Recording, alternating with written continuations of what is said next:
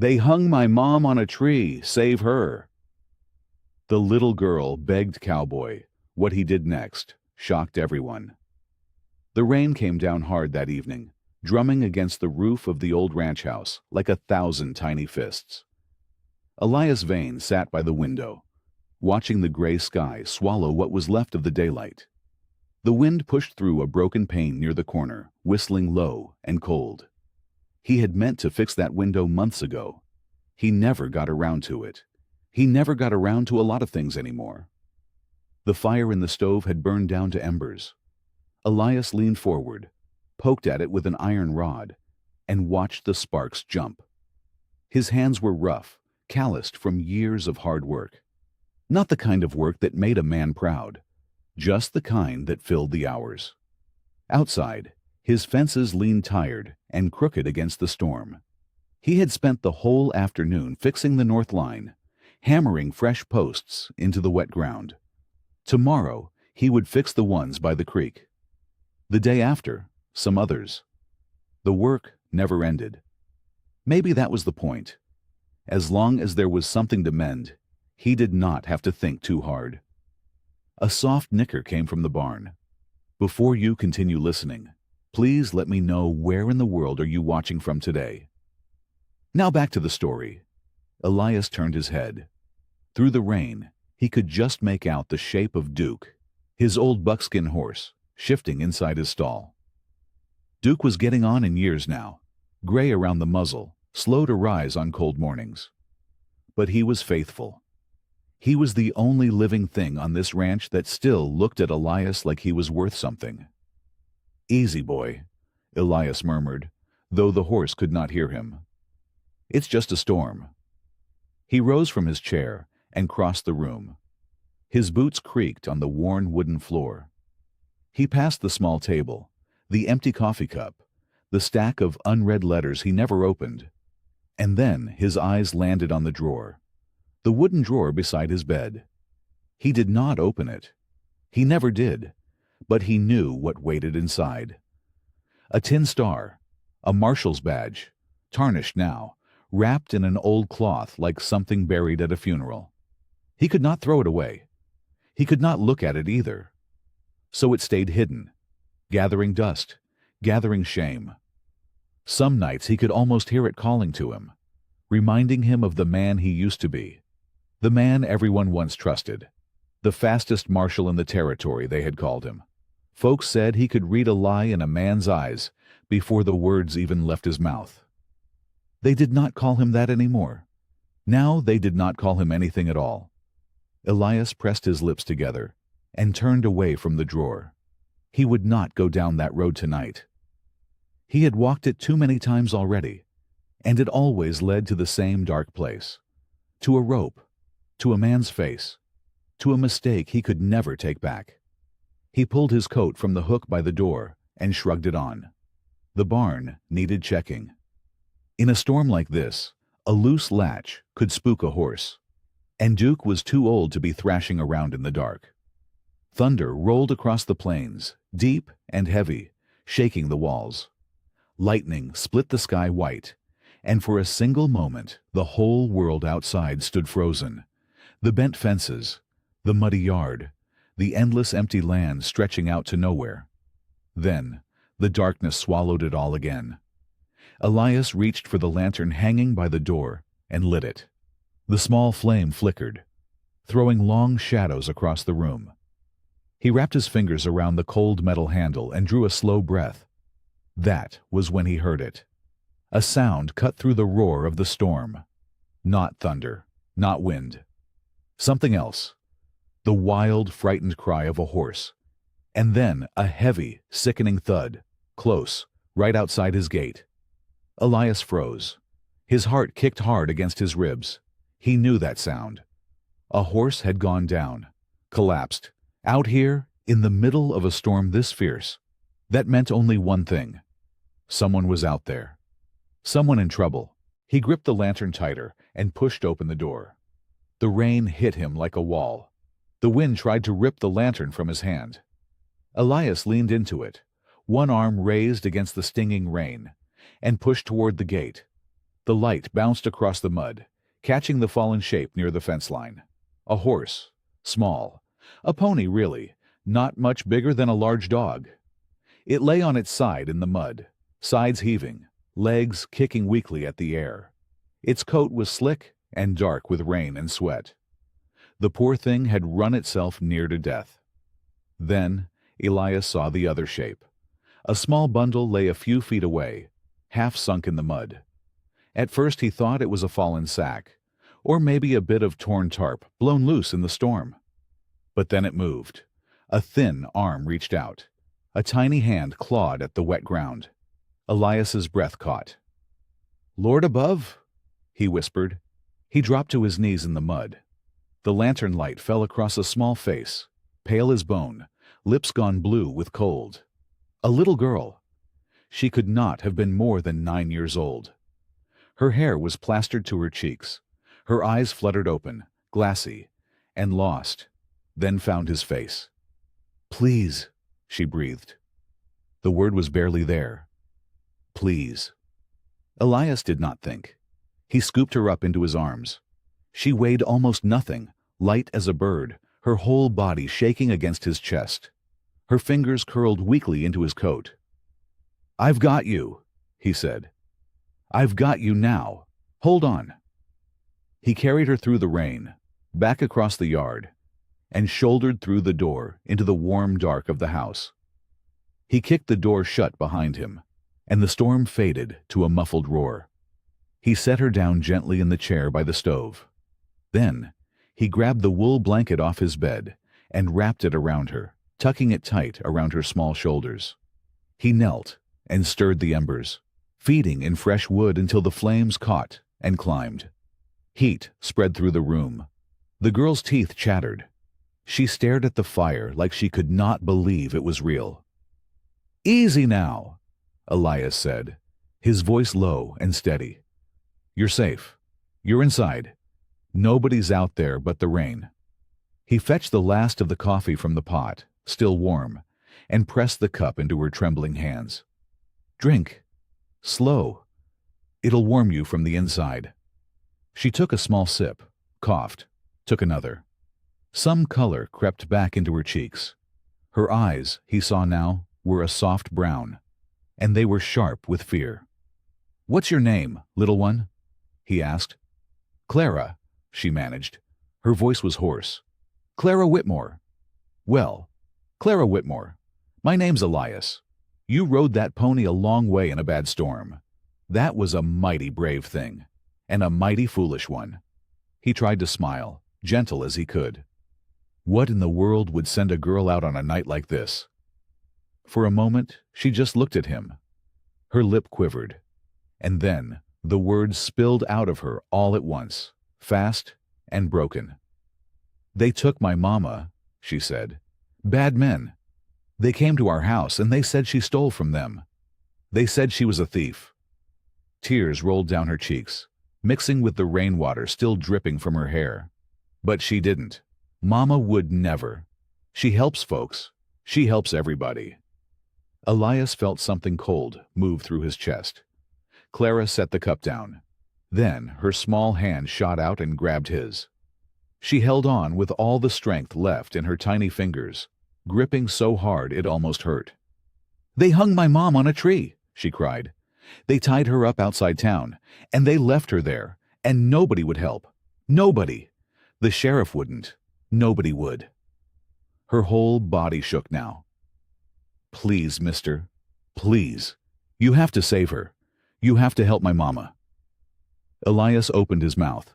No words came. The old wound tore open inside him, raw as the day it happened. A rope, a tree, a face. Every reason he had to stay right where he was. "Clara," he said quietly, "I'm not the man you're looking for. I'm not a lawman anymore. Whatever you heard about me, it's old. I can't help you. The town, they won't listen to me. I'm sorry. I truly am." Clara's eyes did not waver. Wet and shining, they held his. "Mama told me about you," she whispered. "She said there was still one good man left out here, one who wouldn't turn away. She swallowed hard. She said his name was Elias Vane. The room went still. Only the fire crackled, and the rain, and the pounding of his own heart. He looked away from her. His gaze drifted, almost against his will, to the wooden drawer beside his bed. The drawer he never opened. The one that held the tin star wrapped in old cloth, like something buried. For years he had told himself that man was gone, dead and buried with the mistake he could never undo. But a child had ridden through a killing storm to find him. She had nearly died at his gate, believing he was real. Elias rose slowly to his feet. He crossed the room. His hand shook as he pulled the drawer open. There it lay, dull and tarnished, waiting all this time. He unwrapped the cloth and held the badge in his palm. It felt heavier than he remembered. Or maybe it was lighter. He could not tell. "Stay by the fire," he said. His voice had changed. Steadier now, harder. "Don't open the door for anyone but me." He pinned the star to his coat, pulled his hat low, and reached for his rifle above the mantel. Then, Elias Vane stepped out into the storm and rode toward town. The town of Red Hollow sat gray and silent under the dying storm. The rain had softened to a cold drizzle, but the wind still moaned through the empty streets. Elias slowed his horse at the edge of town. Through the mist, he saw them. A crowd had gathered near the old oak tree at the center of the square. Lanterns swung in the wind, throwing sick yellow light across dozens of faces. And there, bound to the great tree with rough rope, stood a woman. Margaret Whitmore. Her wrists were tied above her head. Her dress was soaked through and streaked with mud. Her dark hair hung loose and dripping around a face that should have been broken with fear. But it wasn't. Her chin was lifted. Her eyes burned steady in the lantern light. Elias felt his heart clench. She had Clara's eyes. A tall man, in a fine long coat, paced before the crowd. His silver hair was combed back neat, and even in the rain he looked dry, untouched, like the storm did not dare land on him. When he spoke, his voice rolled out smooth and warm as honey.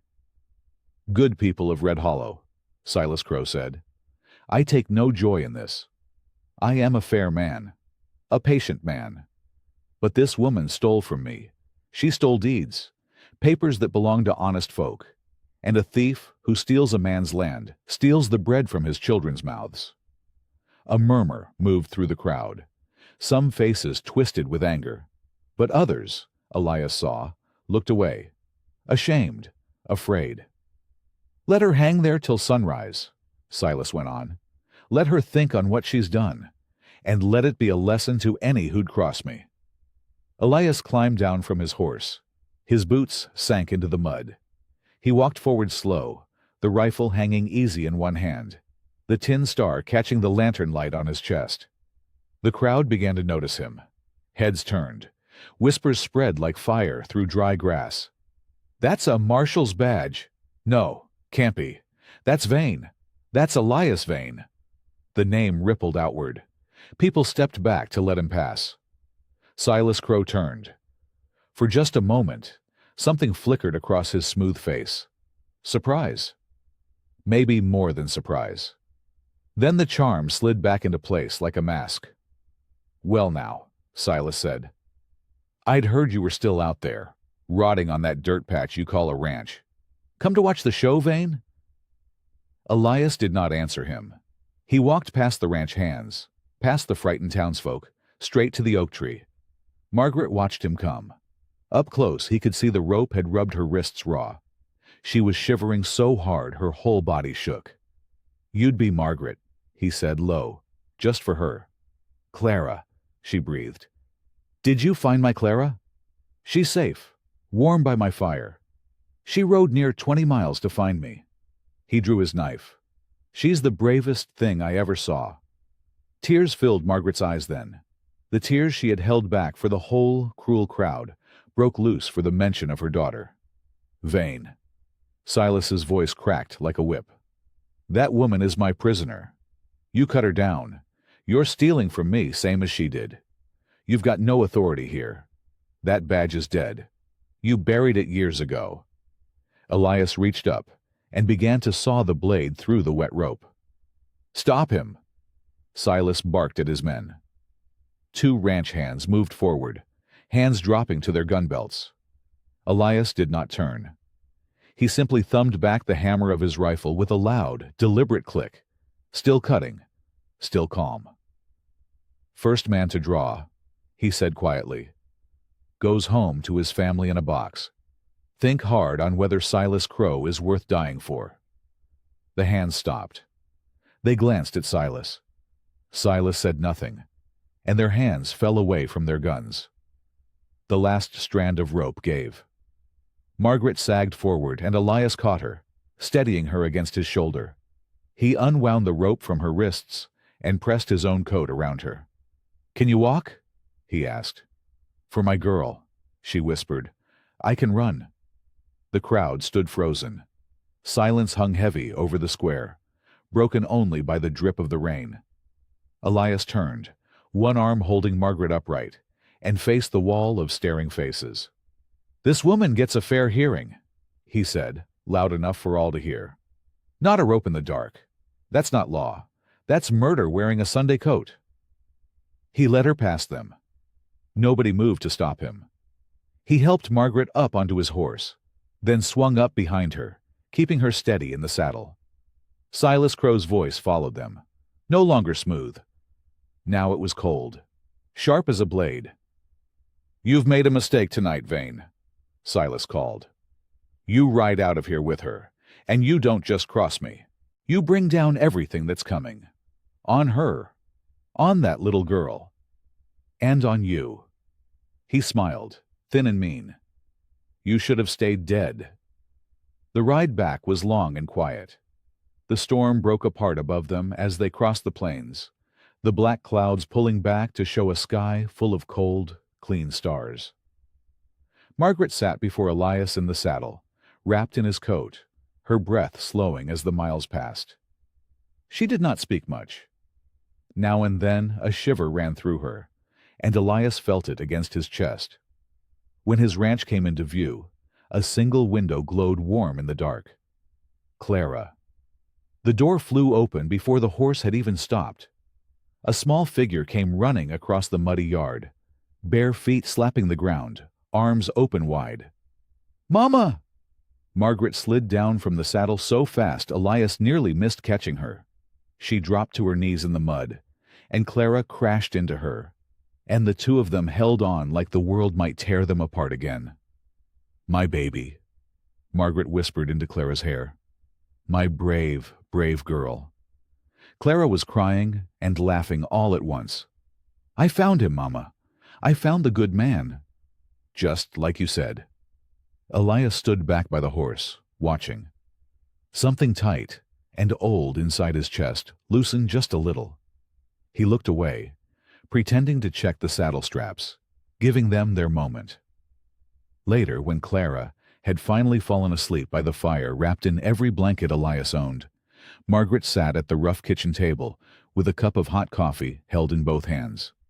The steam curled up around her tired face. Her wrists were wrapped now in clean cloth. "You want to tell me why a woman like you ends up tied to a tree?" Elias said. He sat across from her, elbows on the table. Margaret was quiet a long moment. Then she spoke, low so as not to wake the girl. "It started with the Hendersons," she said. "Good family. Worked their land 20 years. Then one spring Silas Crow shows up with a paper. Says they signed their land over to him. Says they owe him money they never borrowed." She shook her head slowly. "They couldn't read well, neither of them. So they trusted the paper. They lost everything." Elias listened, his face still. "After Samuel passed, I took work at the county office, copying records, filing deeds." She wrapped her fingers tighter around the cup. "And I started to notice things. Names that didn't fit. Signatures that looked wrong. Land moving from poor families to Silas Crow, over and over, always in the same crooked way." Her eyes rose to meet his.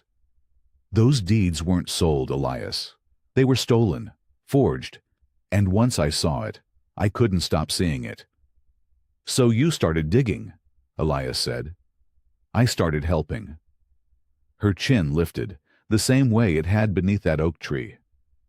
I found the real records. The old ones, from before Silas got to them. I made copies. I gave families the proof they needed to fight back. She let out a shaky breath. Silas found out. He couldn't have folks knowing the truth. So he called me a thief. Said I stole his deeds. And this town was too scared to argue with him. Elias rubbed a hand across his jaw. Where are those copies now?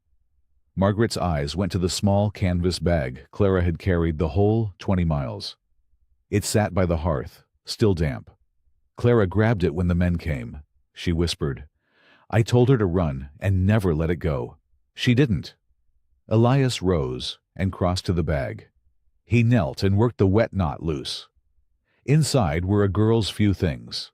A wooden comb, a folded dress, a small cloth doll with a stitched smile.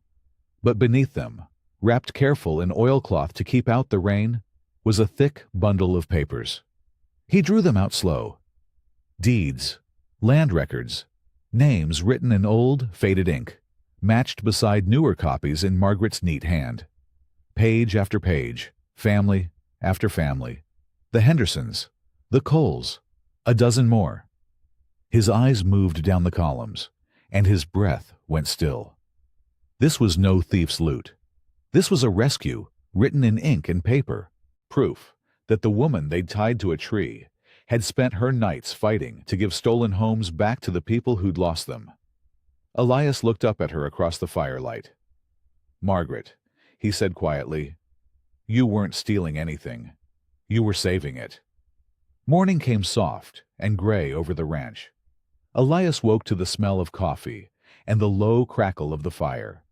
For a moment he lay still, confused. His house had been quiet for so long that the sounds of other people felt strange. Almost like a dream he was afraid to move inside of, in case it broke apart. Then he heard Clara laugh. He rose and pulled on his shirt. When he stepped into the kitchen, Margaret stood at the stove, stirring a pot of oats. She wore one of his old flannel shirts, sleeves rolled up over her bandaged wrists. Clara sat at the table, swinging her bare feet, the little cloth doll propped up beside her plate like a guest at breakfast. Morning, Margaret said. Her voice was steadier now. Sleep had smoothed some of the fear from her face. Morning, Elias answered. He sat down across from Clara.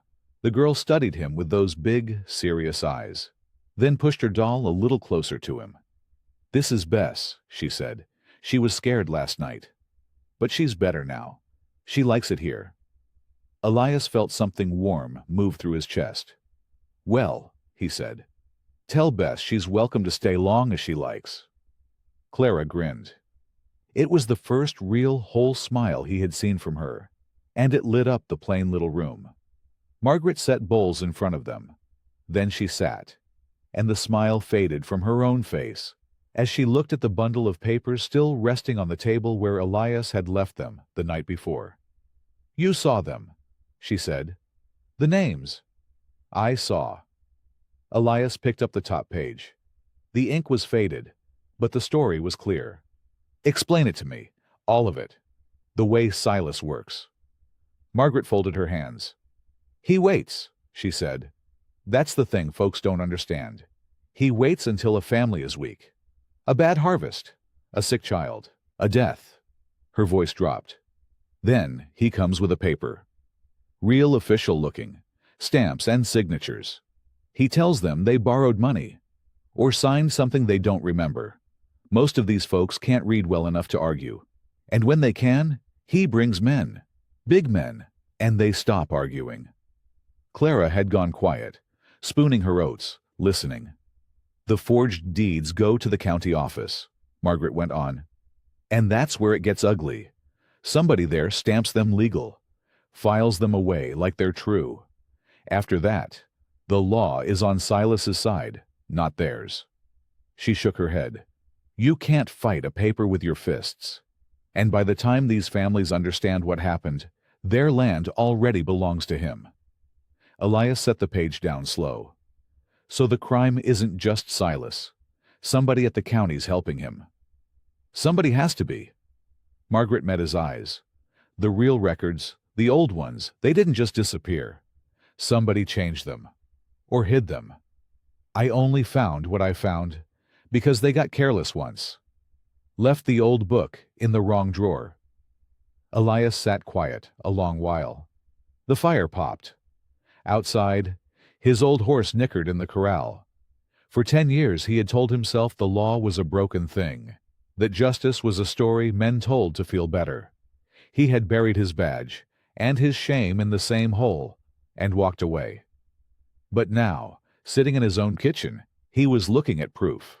Proof that one woman with a pen had done more good than he had done in a decade of hiding. He stood. "Where are you going?"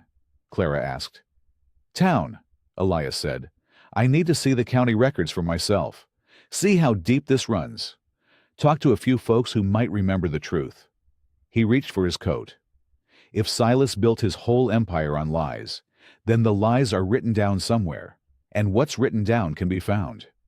He was buttoning his coat when he felt a small hand grab his sleeve. Clara stood beside him. The smile was gone. Her face was pale and tight, and her fingers held on hard. "You're leaving," she whispered. "Just to town, Clara. I'll be back by dark." But she shook her head, and her eyes filled fast. "That's what everybody says. The sheriff said he'd help. The neighbors said they'd help. Then they all looked away." Her voice cracked. "Please don't be like them. Please don't ride off and leave us too." Elias knelt down so he was level with her. For a moment, he could not speak. He knew that fear. He had lived inside it for 10 years, only from the other side. He had been the one who rode away. He took her small, cold hands in his rough ones. "Listen to me," he said, low and sure. "I have spent a long time being the kind of man who leaves. I'm not proud of it, but I'm done with it." He held her gaze. "I am not going to abandon you, Clara. Not you, and not your mama. I give you my word. I'm going to town to find the truth. And then I'm coming home." Clara searched his face for a long moment, the way children do when they are deciding whether to believe. Then she threw her arms around his neck and held on tight. "You promise?" she whispered. "I promise," Elias said. "I'm going to uncover the truth. All of it." Red Hollow sat quiet under a pale afternoon sky. Elias rode down the main street slow, letting his old horse pick its way through the dust. The town looked the same as it always had. Same crooked porches, same weathered signs swinging in the wind. But something had changed. Or maybe something in him had. Folks watched him pass. He felt their eyes from behind shop windows and half-open doors. A woman gathering laundry off a line stopped and stared. 2 men outside the feed store leaned close and whispered. They remembered him. They remembered what he had done 2 nights ago, cutting Margaret loose from that tree, while the whole town watched. Elias tied his horse outside the general store and started asking questions. The first man he found was a farmer named Hollis, loading grain sacks onto a wagon. Elias asked him plain about the night Margaret was arrested. Hollis kept his eyes on his work. "I didn't see much," Hollis muttered. "They said she stole them papers. That's all I know." "You believe that?" Elias asked. Hollis stopped. His hands rested on a sack. For a moment, his face showed something soft and pained. Then it closed up again like a door. "I got 3 children, mister. And I got land I aim to keep." He hoisted the sack. "I don't ask questions that could take it from me." Elias let him go. It was the same everywhere. He spoke to a blacksmith who suddenly grew busy at his forge. He spoke to a schoolteacher who looked at her shoes. He spoke to an old widow sweeping her porch, and she only shook her head and said, "That poor Whitmore woman." But what can folks do? Slowly, the shape of it came clear. Nobody truly believed Margaret was a thief. Not in their hearts. But they had all heard the whispers. Silas Crow's men had a way of talking loud in the saloon, planting rumors like seeds. And once fear takes root in a town, truth doesn't matter much anymore. These people weren't cruel. They were scared. Every one of them had watched a neighbor lose a home. Every one of them knew a family that had packed up in the night and vanished down the road with nothing. They had learned the lesson Silas taught them. Keep your head down. Look away. Survive. Elias understood it better than he wanted to. He had spent 10 years doing the very same thing. The sun was sinking low when he came to the last shop on the street. A small, dusty store with jars of hard candy in the window and a bell over the door. Inside, an old man stood behind the counter, thin as a rail, with white hair and spectacles perched on his nose. Elias knew him. Ansel Pruitt. He had run this store as long as anyone could remember. "I wondered if you'd come by," Ansel said. He set down the ledger he'd been marking. "Whole town's talking about you, Elias Vane, the marshal who came back." "I'm no marshal anymore," Elias said. "No." Ansel studied him. "But you cut that woman down. That took something most folks around here lost a long time ago." Elias stepped closer to the counter. "I need to know the truth, Ansel. About Silas. About how he runs this town." The old man was quiet a moment. Then he moved to the door, flipped the little sign to closed, and drew the shade. When he turned back, his face looked older, heavier. "He owns it," Ansel said simply. "Not on paper, but he owns it just the same. The sheriff drinks on his money. The county clerk answers to him. Half the deeds in this valley have his name on them now. And everyone was taken from somebody who couldn't fight back." His hands trembled slightly as he leaned on the counter. "I've watched it for years. We all have. And we let it happen because the ones who spoke up stopped being seen around town." Elias felt something cold settle in his gut. "You're saying they disappeared?" "I'm saying," Ansel answered slowly, "that Silas Crow has enemies buried where nobody goes looking." He fixed Elias with a hard, frightened gaze. "You start pulling on this thread, son. You won't just anger one man. You'll wake up every dangerous thing he's kept sleeping in this town. And those things don't forgive." The sky had turned deep purple by the time Elias rode back to his ranch. The little house sat dark against the hills, but a soft glow flickered in the window. Margaret had lit the lamp. Through the glass he could see Clara asleep on the old couch, curled beneath his spare blanket, her small chest rising and falling steady. He stabled his horse and stepped inside quiet as he could. Margaret looked up from the table where she'd been sorting through the land records. Her dark hair was tied back, and there were shadows under her eyes. But she gave him a small, tired smile. "You look like a man who found something he didn't want to find," she said. Elias hung his hat by the door. "The whole town knows what Silas is. They just stopped saying it out loud." He sat down across from her and told her everything. About Hollis and his 3 children. About the blacksmith who wouldn't meet his eyes. About Ansel and the enemies buried where nobody goes looking. Margaret listened, without a word. When he finished, she reached out and touched one of the papers spread before them. "He didn't start with the deeds," she said softly. "That came later. He started small. A loan a family couldn't pay. A dispute over water rights. A signature nobody remembered signing." She slid one paper toward him. "Look at the dates, Elias. Some of these go back 15 years. Elias picked it up. His eyes moved down the page. And then they stopped. A name. The cold feeling from Ansel's shop came rushing back, sharper now. His fingers tightened on the paper until it crackled. "Elias?" Margaret leaned forward. "What is it?" "This name." His voice came out rough. "Jedediah Cross. I know it." He set the paper down slow, like it might burn him. 15 years ago, I was a marshal. Good one, folks said. I arrested a man for stealing land documents from honest families. There was evidence, testimony. He swore he was innocent the whole time. Elias's jaw worked. He died in a jail fire before the trial, and I spent the next 10 years believing I put an innocent man behind bars. That's why I quit. That's the day I stopped being anyone at all. Margaret's hand went to her mouth.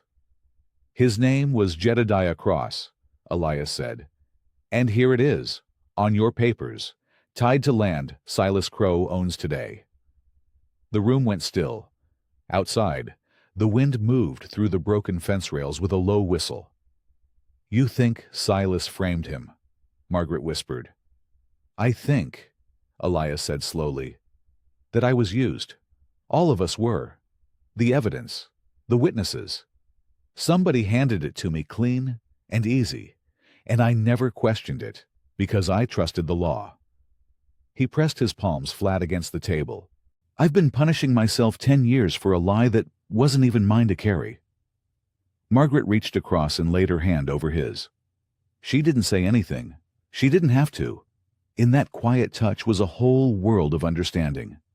Then Clara stirred on the couch, and through the window far down the dark road, a light appeared. Then another, and another. Torches. Elias was on his feet before he even knew he'd moved. He crossed to the window and pulled the curtain aside. A cluster of riders came up the path toward the ranch, slow and certain, their horses' hooves drumming the earth. At the front rode a big man in a fine coat, his silver hair catching the torchlight. Silas Crow. Get Clara into the back room, Elias said quietly. Now. Margaret moved fast, gathering the girl into her arms. Elias stepped out onto the porch. The night air was cool. 6 men fanned out behind Silas, rifles resting across their saddles, faces hard in the flickering glow. Silas reined his horse to a stop and smiled that easy, charming smile that never reached his eyes. Elias Vane, he called. Been a long time, though I hear you've been busy, asking questions all over my town. Your town, Elias repeated. Every inch of it. Silas leaned forward in the saddle. You know, I wondered when you'd come poking through those old papers. I truly did. His smile widened. Tell me, Marshal, do you remember a man named Jedediah Cross? Course you do. You're the one who put him in that cell. He let the words hang in the air like smoke. Those deeds your little friend stole? They're the same ones that ended your career 15 years ago. You didn't fail this town by accident, Vane. I made sure of it. Morning came pale and gray, the storm long gone, but the ground still soft with mud. Elias hadn't slept. He'd spent the dark hours on the porch, rifle across his knees, watching the road where Silas and his men had melted back into the night. They hadn't attacked. They didn't need to. Silas had come to plant a seed of poison, and he'd done it well.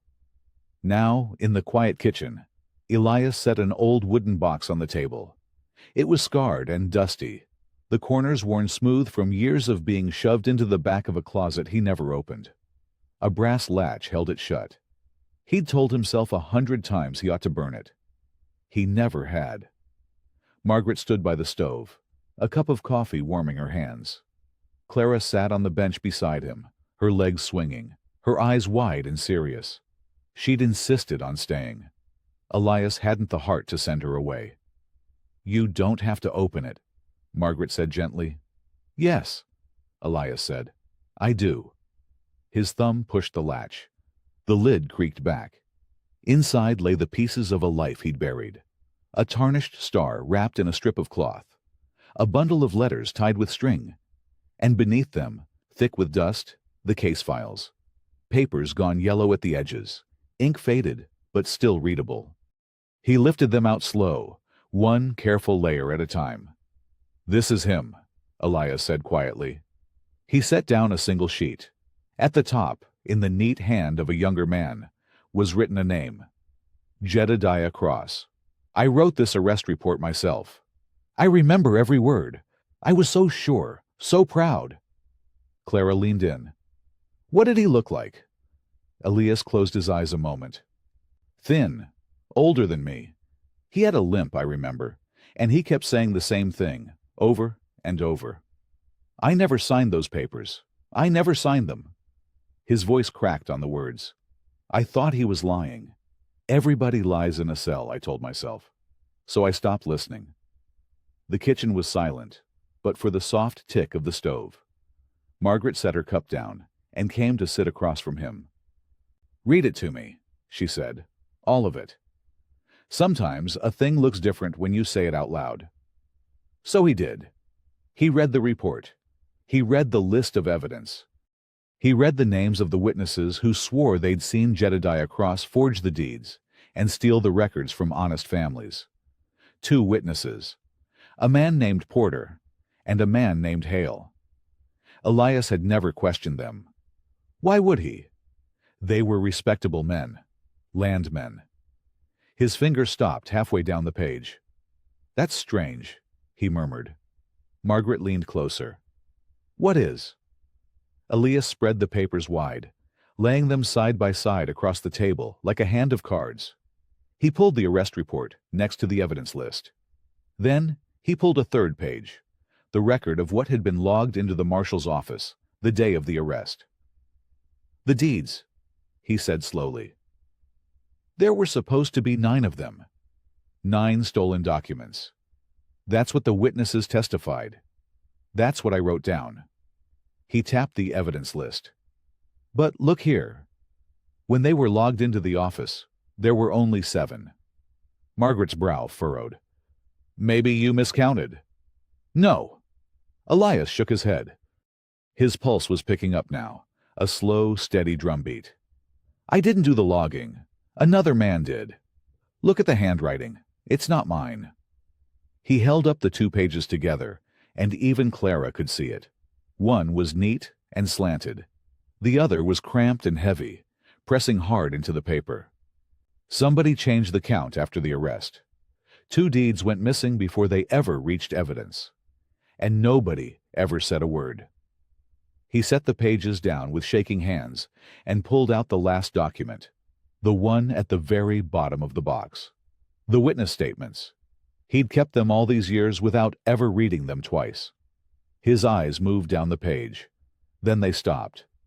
At the corner of Porter's statement, someone had torn away a piece. A clean cut, not an accident. And beneath it, pressed faintly into the paper where a heavy hand had once written, was the ghost of words that were no longer there. Elias stared at the missing corner. They didn't just lie, he whispered. They took things out. Somebody went into my own files and cut the truth right off the page. The old records office sat at the end of Red Hollow's main street, a squat building with dusty windows and a door that stuck. Nobody had used it in years. Tom Bell, the former town clerk, met them there with a ring of keys and a face full of worry. I shouldn't be doing this, Tom said, jiggling the lock. His hands trembled. If Silas finds out I opened these doors for you, I'm a dead man. Then let's be quick, Elias said. The door swung open with a groan. Inside, the air was thick and stale, heavy with the smell of old paper and mouse droppings. Shelves lined every wall, sagging under the weight of ledgers and boxes. Dust floated in the shafts of afternoon light like tiny stars.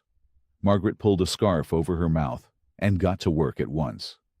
She knew what she was looking for. Land records, deed transfers, anything with Silas Crow's name on it. Clara stayed close to Elias, her small fingers trailing along the spines of the ledgers.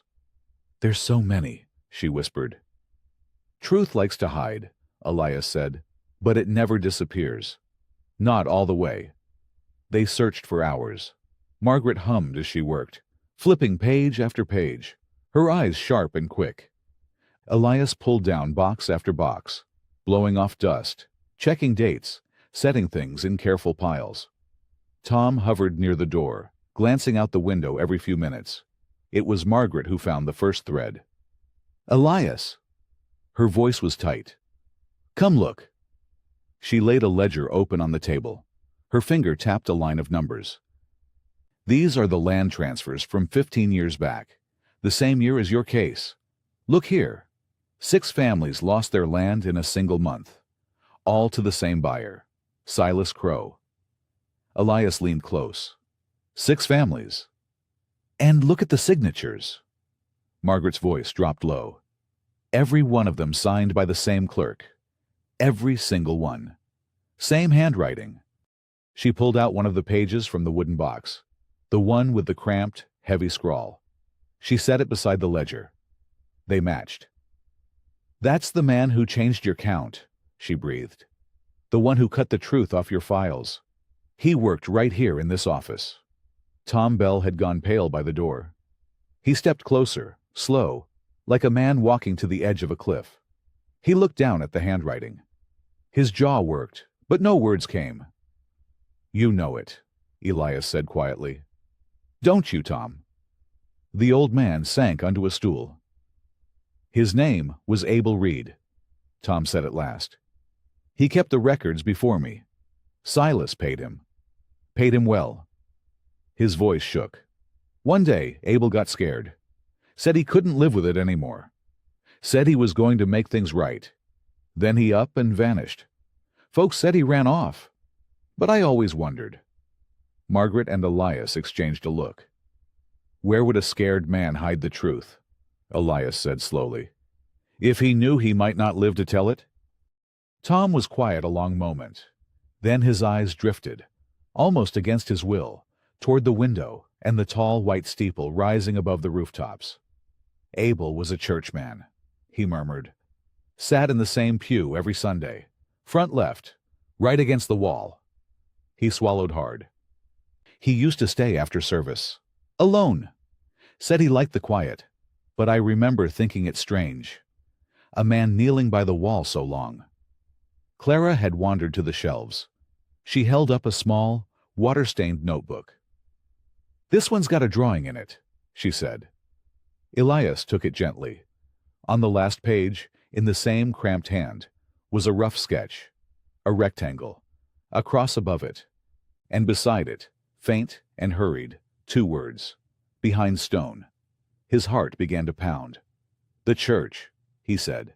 There's a hidden place in the church wall. Abel put the missing deeds there. The proof. It's been sitting there all these years, waiting. Margaret rose fast, gathering the ledger. Then we go. Now, before...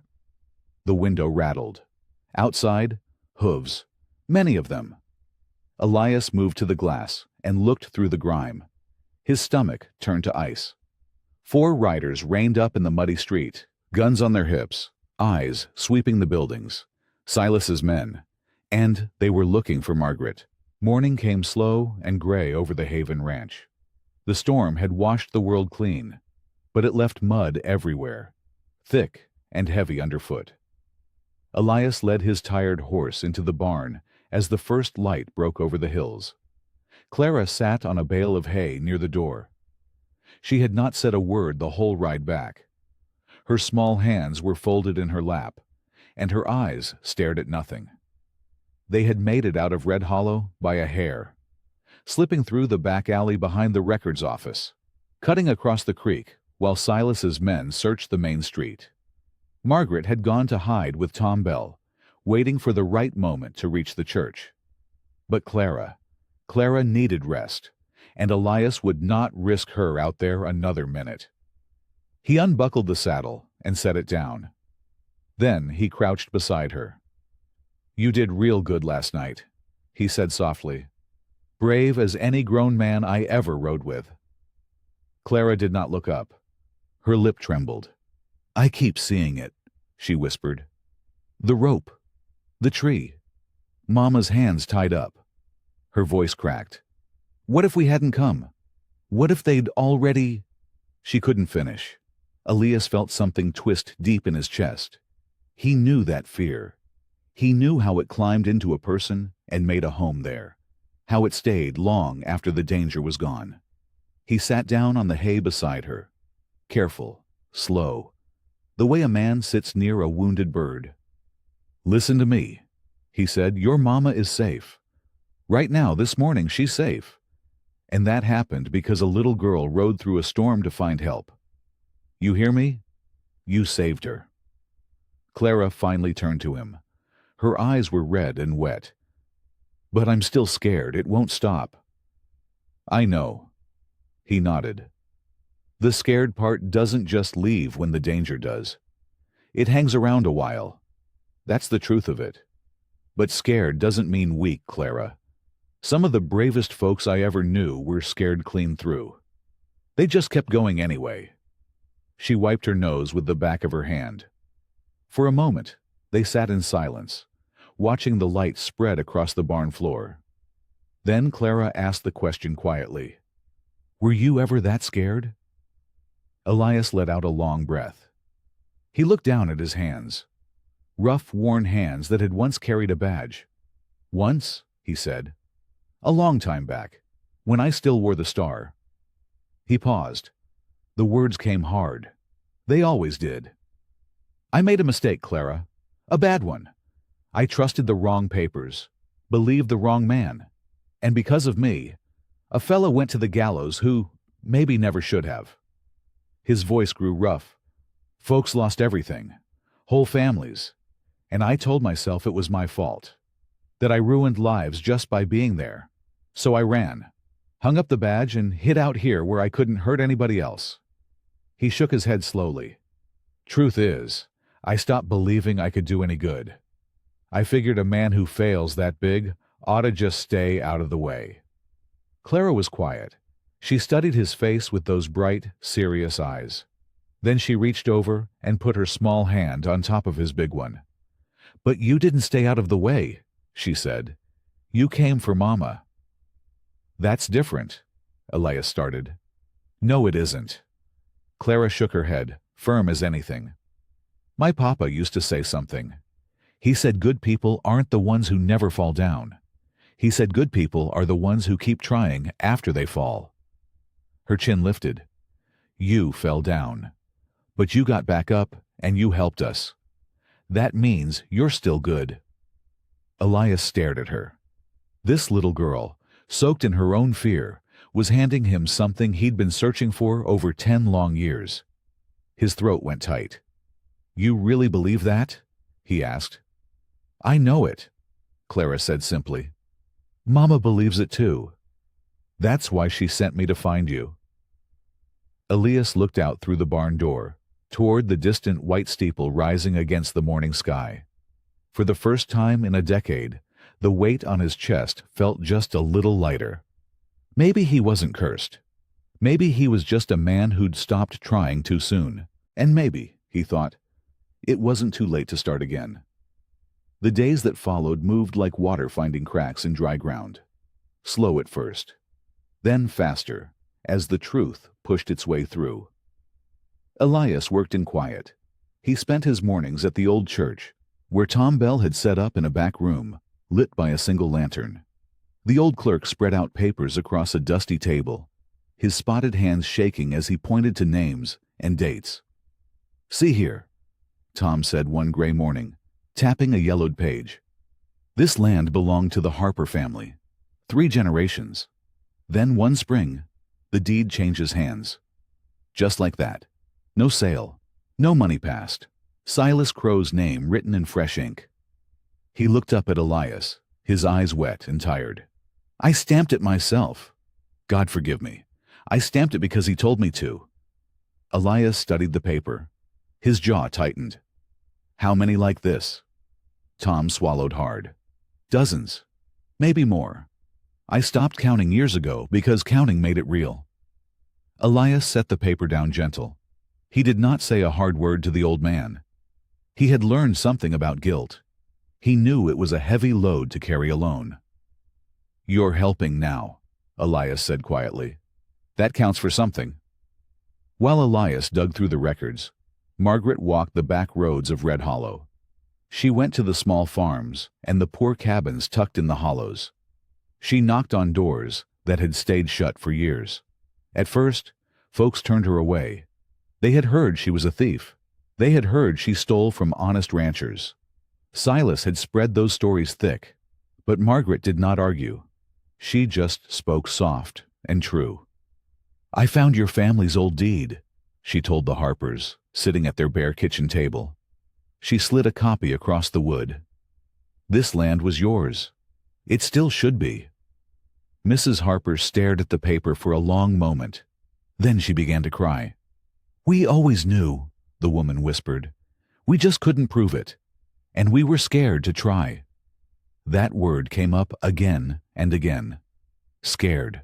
Word spread through town the way spring winds spread seed. Folks who had crossed the street to avoid Margaret now stopped to whisper questions.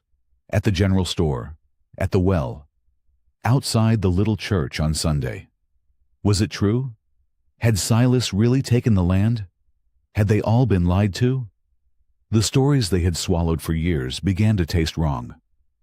One evening, Elias stood outside the church as the sun dipped low. A handful of townsfolk had gathered without being asked. They stood in a loose circle, hats in their hands, faces creased with worry. Old Jed Foster spoke first. He was a wiry man with a bent back and a voice like gravel. 12 years ago, Jed said, staring at his boots. Silas wanted my creek land. I said no. Week later, my barn burned to the ground. Never could prove who did it. He lifted his head. But I knew. We all knew. A young mother named Ruth spoke next, holding her baby close.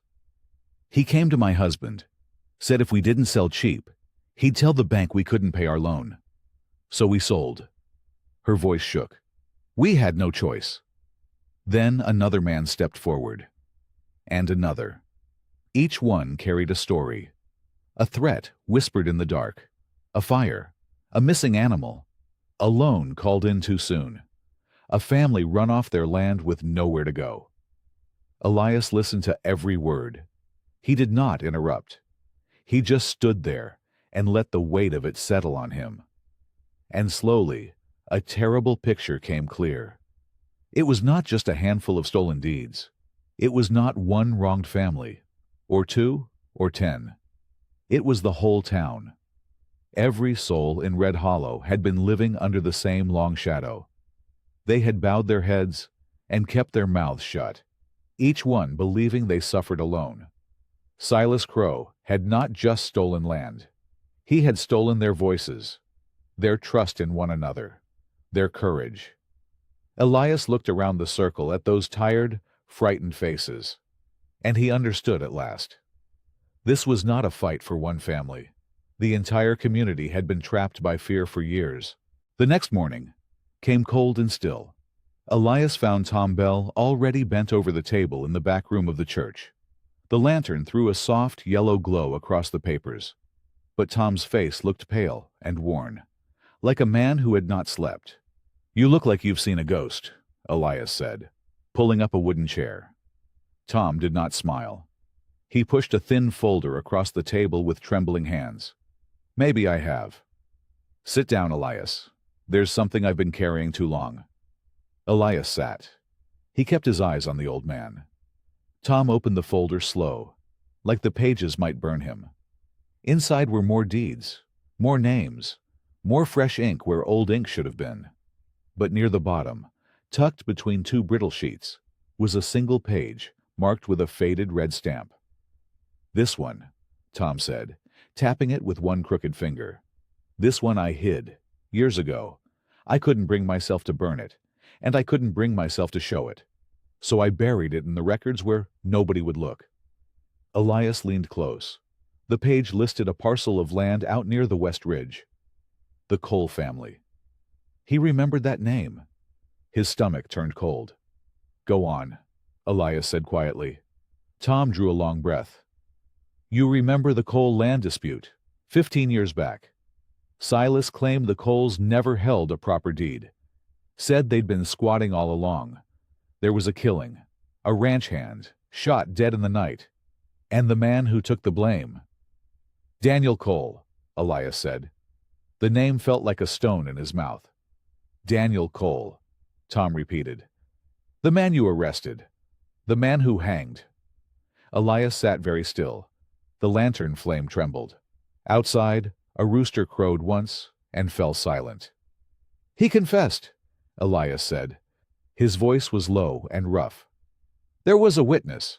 There was a gun found in his barn. I checked it all. I checked it 3 times. Tom's eyes filled. You checked what Silas wanted you to check. That's the thing, Elias. The witness was one of Silas's own men, paid to lie, and that gun. He shook his head. It was never Daniel's. Silas had it placed there the night before. I know because I saw the receipt for it. Silas bought it himself, from a peddler passing through. Then it turned up in a poor man's barn. Elias's hands had gone tight against his knees. Why? Why go to all that trouble? Because Daniel Cole wouldn't sell, Tom said. Same as Jed, same as the Harpers.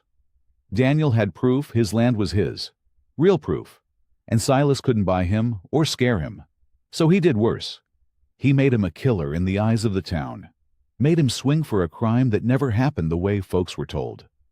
Tom wiped his face with a shaking sleeve. And when you started asking too many questions back then, Elias, when you got close to seeing the cracks, Silas needed you gone too. Elias felt the room tilt around him. 15 years. 15 years he had carried Daniel Cole's face in his sleep. The man's wife weeping outside the jail. The way Daniel had looked at him at the end, calm and sad, like he already knew no one would listen. He looked me in the eye, Elias whispered. Daniel looked right at me and swore he was innocent. And I told him the evidence didn't lie. The evidence did lie, Tom said gently, because a liar made it. You didn't fail that man, Elias. You were played, same as the rest of us. Silas needed a good marshal to make it all look honest. Your good name was the last piece he needed. When you signed off on that case, folks believed it because they believed in you. He pushed the page closer. And when the truth started eating at you, when you couldn't sleep, and you started pulling threads, he made sure the whole town thought you'd cracked, that you'd hanged an innocent man by mistake. He let you carry the guilt, so nobody would ever look at him. Elias stared down at the faded red stamp. His throat had closed up tight. Daniel Cole had been innocent, and Silas Crow had built the trap. Every piece of it, the false witness, the planted gun, the ruined man, the broken marshal, all of it by design. The ride back to the ranch felt longer than any road Elias had ever traveled. The horse knew the way, so he let the reins hang loose and stared at nothing. The morning sun climbed high and warm, but he felt none of it. Inside him there was only cold. He put the horse up in the barn out of habit, brushing her down with slow, empty strokes. Then he walked to the house and sat down at his kitchen table. He did not light a fire. He did not eat. He just sat. 15 years. For 15 years he had believed he was the one who hanged an innocent man. He had let that belief carve him hollow. He had left his badge on a desk and ridden out into the dark, sure that the world was safer without a marshal who could make so terrible a mistake. But there had been no mistake, only a lie planted like that gun in Daniel Cole's barn. And Elias had been the fool who signed his name to it. He pressed the heels of his hands against his eyes. He thought of all the years since, the Harpers losing their land, Jed run off his place, Margaret tied to a tree while the whole town watched. Silas had done all of it, right out in the open, because the one man who might have stopped him had ridden away in shame. I let him keep going, Elias said to the empty room. His voice cracked on the words. Every family he hurt after that. Every one. That's on me too. He did not hear Margaret come in. He only knew she was there when a soft hand rested on his shoulder. She had followed him. He should have guessed she would. Clara was asleep in the wagon outside, wrapped in a blanket, worn out from a long night of worry. Tom told me, Margaret said gently. She pulled a chair close and sat beside him. He told me all of it. Elias could not look at her. Then you know what I did. I know what was done to you, she said. There's a difference, Elias. A big one. It doesn't feel like a difference. He shook his head slowly. A good man died because I trusted the wrong evidence. And then I quit. I ran. And Silas just kept taking. If I'd stayed, if I'd fought harder, if I'd only looked closer, you would have found what Silas built for you to find, Margaret said. He made sure of it. You keep punishing yourself for not seeing through a trap that was set by an expert liar. You think that's justice? Sitting here in the dark, hating yourself. Elias finally turned to her. His eyes were red and tired. What else can I do? I can't undo it. I can't bring Daniel back. I can't give the Coles back their years. No, Margaret said. She reached out and took his rough hand in both of hers. Her grip was warm and steady. You can't change one single day that's already gone. Guilt can't do that. All the guilt in the world can't move the past an inch. She leaned closer, and her voice grew soft but firm, like a hand pressing on a wound to stop the bleeding. But courage can change what's coming. Silas is still out there. He's still hurting people right now, today. Clara's mother nearly hanged for it. You can sit here drowning in what you didn't do 15 years ago, or you can stand up and do something now, when it still matters. Elias sat with her words for a long moment. Outside, a bird called in the bright morning. He thought of Clara's face in the storm.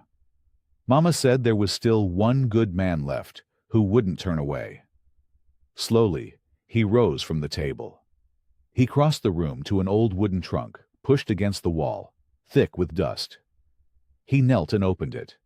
His hands moved past folded clothes and a worn Bible until they closed around something small and cold. His marshal badge. He lifted it into the light. The metal was dull now, but the shape of it was the same. The weight of it was the same. He did not pin it on. He simply held it in his open palm and looked at it. Not to go back, he said quietly. Just to remember. He closed his fingers around it. To remember, I was put here to stand between folks and the ones who'd hurt them.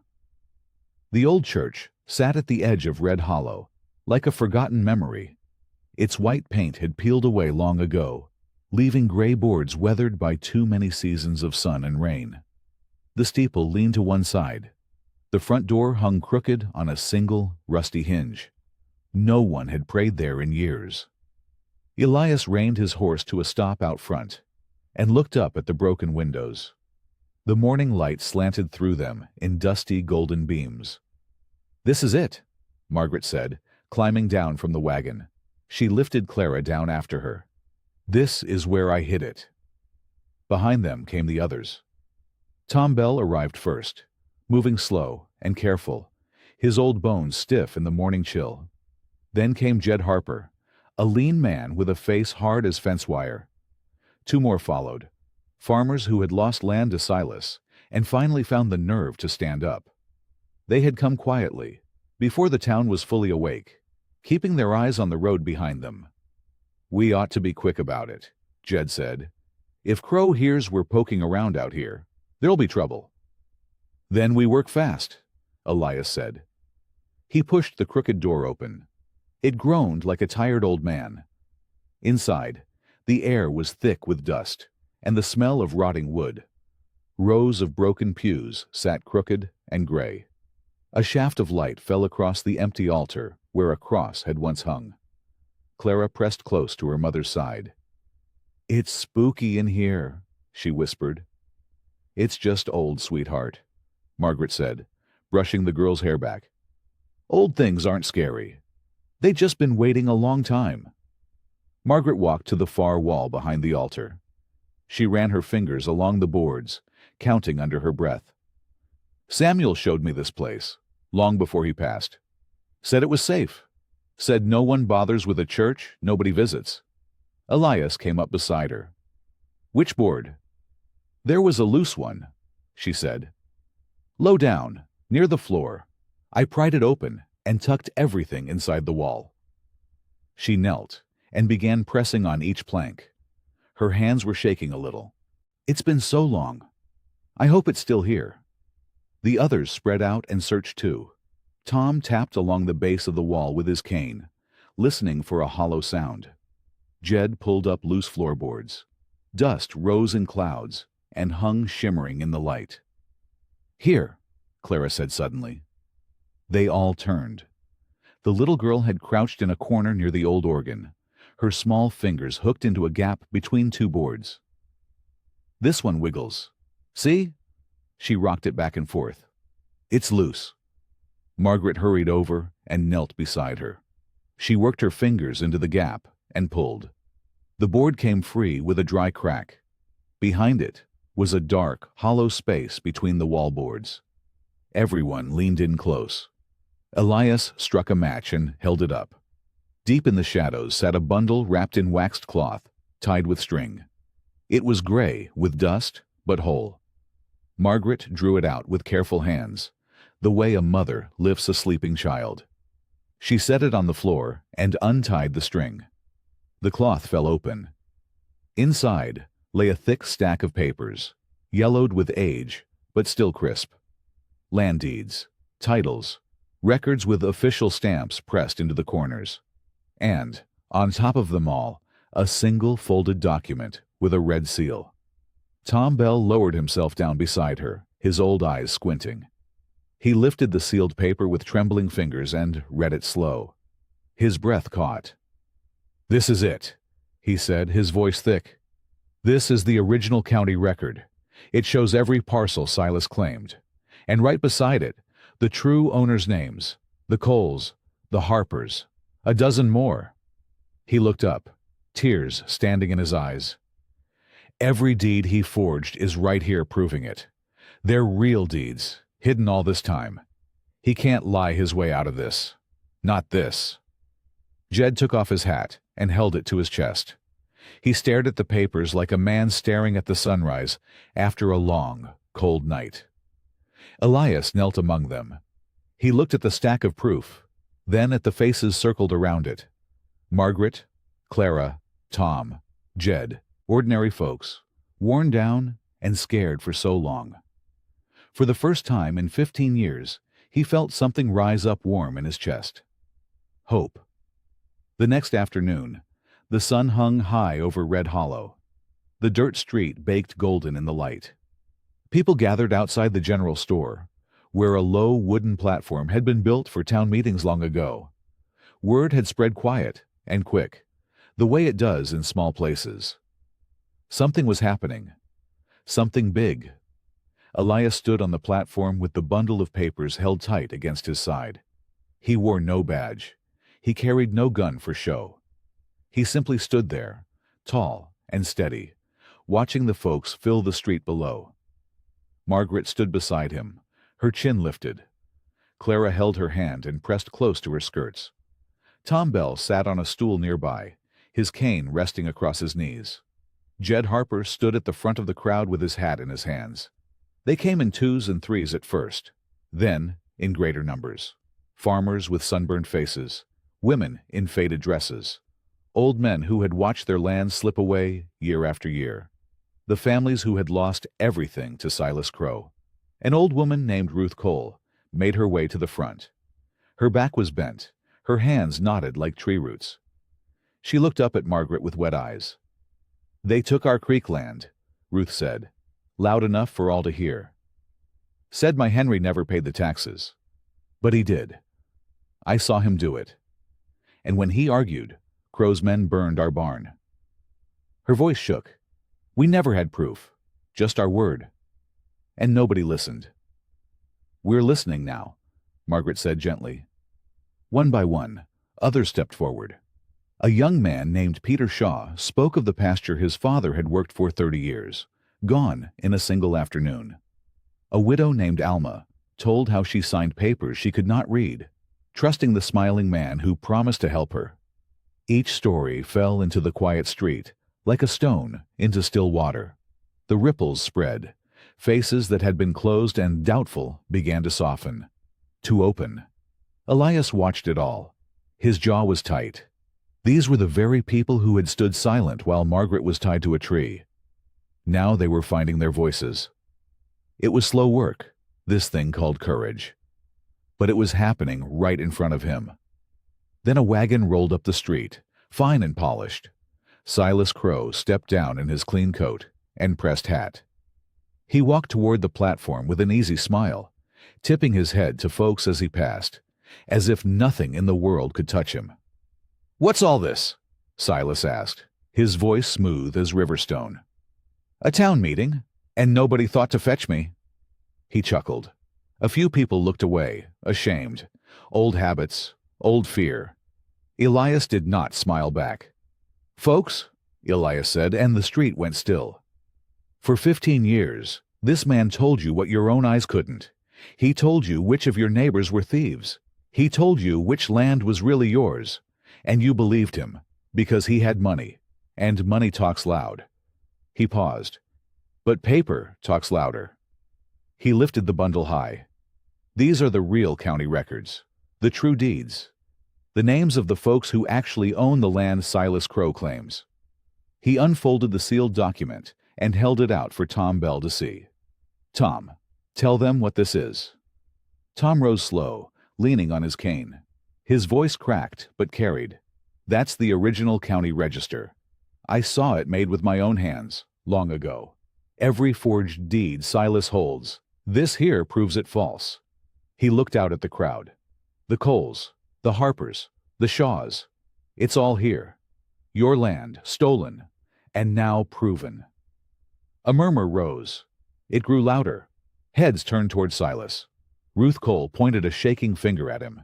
Peter Shaw stepped forward, fists clenched. The fear that had gripped the town for so long began to crack and crumble like old paint. Silas kept his smile. But behind his eyes, something cold and sharp flickered. He looked at the papers in Elias's hands. Just paper. Paper could burn. Paper could vanish in the night. He tipped his hat, calm as ever, and quietly began to think of fire. That night, the courthouse stood dark against the stars. It was the sturdiest building in Red Hollow, made of thick logs and stone, with a heavy iron door, and a lock the size of a man's fist. If any place in town could keep the paper safe, it was here.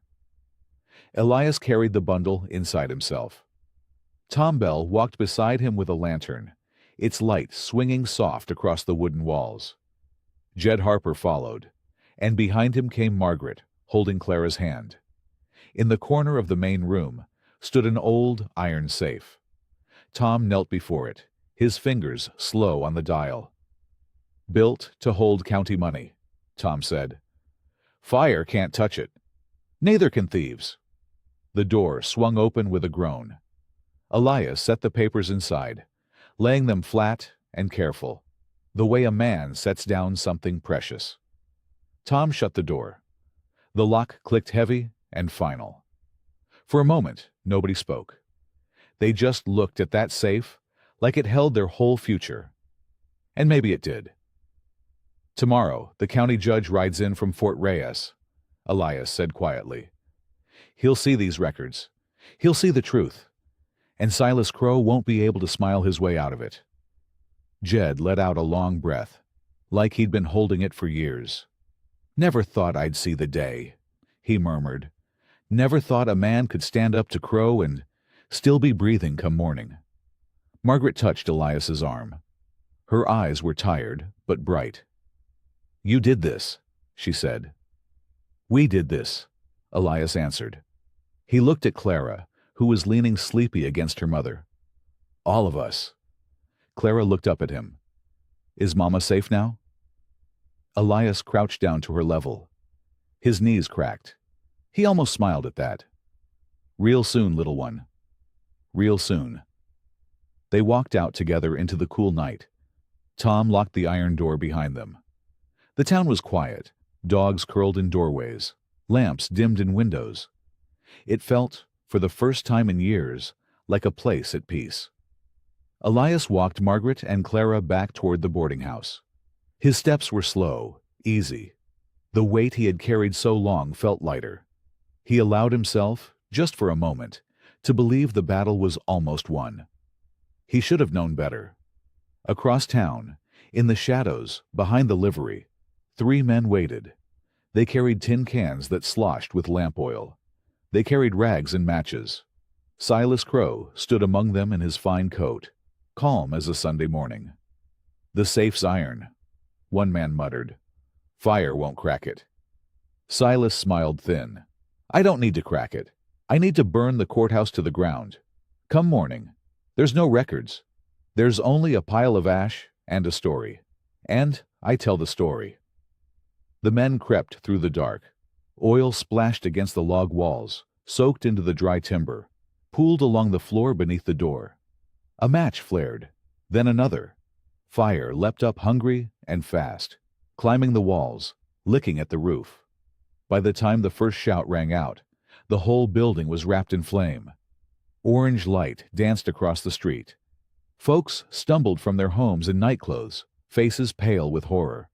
The heat drove them back. Sparks rained into the sky. Elias came running, his boots pounding the dirt. He froze at the sight. The courthouse, the safe, the papers, all of it swallowed in a roaring wall of fire. "No," he breathed. "No, no." He lunged toward the door. Jed and two others grabbed him, hauling him back as a beam collapsed inside with a thunderous crash. Silas stood at the edge of the crowd, his face lit gold by the blaze. He raised his voice loud, so all could hear. "There he is!" Silas shouted, pointing. "I saw him with a torch. Elias Vane burned it down to hide his own lies. He couldn't stand the judge seeing the truth." "That's a lie," Margaret cried. But fear is a stubborn thing. Old fear runs deep. Some folks looked away. Some looked at Elias with doubt creeping back into their eyes. By morning, the fire had burned itself out, leaving only black ruin and gray smoke curling into the pale sky. And when the county deputies rode in, Silas met them first, his words smooth and ready. They put the irons on Elias's wrists right there in the street. The metal was cold. The town watched in stunned silence, unable to believe their eyes, as the one man who had stood up for them was led away in chains. The jail cell was small and gray. A single window let in a thin square of light that crawled slow across the floor as the day wore on. Elias sat on the hard wooden bench with his back against the cold stone wall. His hands rested empty in his lap. He had been here before. Not this cell, not this town, but this feeling. Oh, he knew this feeling well. It was the same hollow weight he carried the day he took off his badge 15 years ago. The same sick certainty that settled deep in his chest like a stone dropped in still water. He had tried. He had reached out his hand to help, and once again the whole thing had turned to ash. Real ash this time. He could still smell the smoke in his clothes. Elias closed his eyes and saw it all over again. The papers in the safe. Margaret's tired, bright eyes. Clara leaning sleepy against her mother. He had let himself believe. That was the mistake. A man like him should know better than to believe. Everything I touch, he thought. Everything I try to save. He remembered the innocent man from years back, the one he arrested, the one who died. He remembered swearing he would never wear the badge again, never stand between the powerful and the weak. Because every time he did, someone paid the price. He had run to a lonely ranch and hidden himself away, fixing fences, talking to no one but his old horse. And it had almost worked. He had almost forgotten the shape of hope. Then a little girl rode through a storm and knocked on his door. Elias pressed the heels of his hands against his eyes. Maybe some men just weren't meant to fix things. Maybe the kindest thing he could do for Margaret and Clara was to leave, the way he always did, before the town's fear turned into something worse. Silas had already won. The truth was gone, burned. There was nothing left to fight with. The light on the floor faded to a dull orange. Evening was coming. He heard the outer door creak. Boots on the plank floor. Then a voice, soft but steady, speaking to the deputy. A moment later, Margaret stood on the other side of the iron bars. She looked worn down. Her dress was smudged with soot, her hair pulled back loose. But her eyes had not lost that spark. They fixed on him and would not let go. "They're saying you'll hang," she said quietly. "Or worse, that they'll just let you rot in here and forget." "Maybe that's what I deserve," Elias said. Margaret stepped closer, her hands gripping the bars. "Don't you say that. Don't you dare." He looked up at her, and the words came out of him tired and broken. "I've been thinking, Margaret. When they let me out, or if I get the chance, I should go. Right out. Every place I stay long enough gets burned. You saw it. I bring trouble down on folks. You and Clara would be safer if I was gone."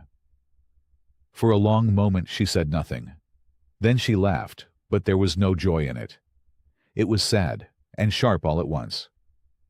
"You really believe that?" she said. "You really believe leaving would help us?" "I believe it would stop hurting you." Margaret shook her head slow. Her knuckles went white on the iron. "Elias Vane, if you ride out of Red Hollow tonight, you know what happens? Silas Crow wins. That's it. That's the whole story. He burns the truth. He blames the good man. And the good man packs up and runs. And every soul in this town learns the lesson Silas wants them to learn. That standing up gets you nothing but a rope or an empty road." Elias stared at the floor. "You leaving wouldn't protect us," she went on, her voice cracking. "It would just prove him right. It would tell my daughter that the world really is as cruel as it looks."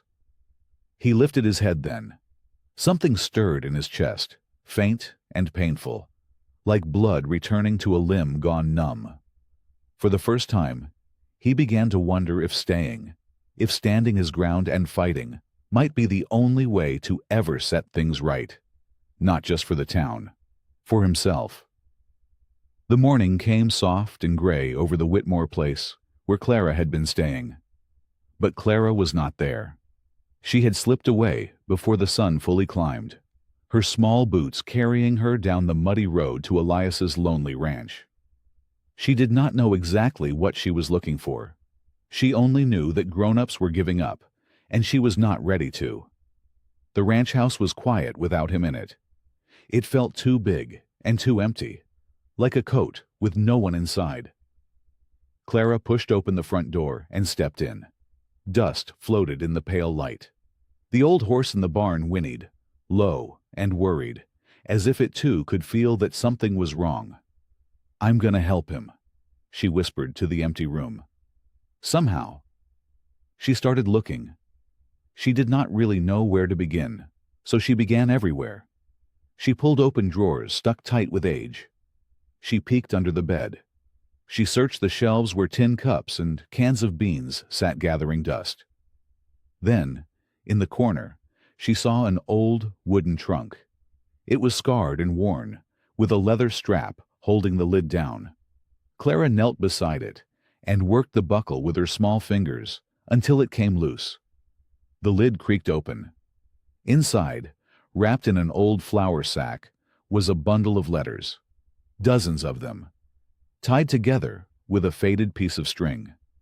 Clara lifted them out careful, like they might break. She untied the string and began to read. She was only 9, but her mama had taught her letters early, and she sounded out the hard words slow. The first letter was from a woman named Ruth. "Marshall Vane," it read. "You didn't have to help my boy." Everyone else called him guilty and turned away. "You looked closer. You found the truth. He is home now because of you. God bless you all your days." Clara's throat went tight. She set it down and picked up the next one. "Dear Marshall," this one said, "my family had no place to go after the fire. You gave us your own coat and your own supper. You stayed with us until we were safe. I will never forget your kindness." There were more, so many more. Letters from farmers, from widows, from children. Every one of them told the same story in different words. A man who came when no one else would. A man who listened. A man who chose the weak over the strong, again and again, even when it cost him. At the bottom of the trunk, wrapped in soft cloth, Clara found something that made her heart jump. A badge. It was tarnished and old, but she rubbed it against her sleeve, and the metal caught the morning light. A marshal's star.